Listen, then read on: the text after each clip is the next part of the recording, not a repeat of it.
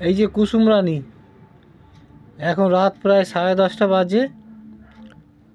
ওই এসে ঢুকেছে, কটা খেয়েছে।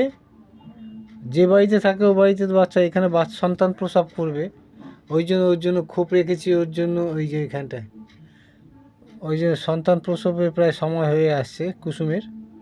এই যে ওকে ঢেকে দিয়েছি, ভেলভেটের চাদর দিয়ে ঢেকে দিয়েছি, লাল ভেলভেটের কুসুম। এই যে কুসুম, এটা কুসুম রানী, ওকে ঢেকে দিয়েছি। আর ওই যে ওর জন্য খোপ রেখেছি, ওই যে ওই খোপে যদি বাচ্চা দেয়। আর ভিতরেও আছে জায়গা, ওই চেয়ারের নিচ দিয়ে ভিতরে গদ্রেজ আলমারির পিছনটায় ওখানটাও বিছনা করা আছে, এইখানটাও রেখেছি। যে কোনো এক জায়গায় হয়তো দেবে, বাচ্চা সন্তান প্রসব করবে। কুসুম রানী দেখেছেন, রোজ আমার কম্বলের পাশে এসে ঘুমোয়।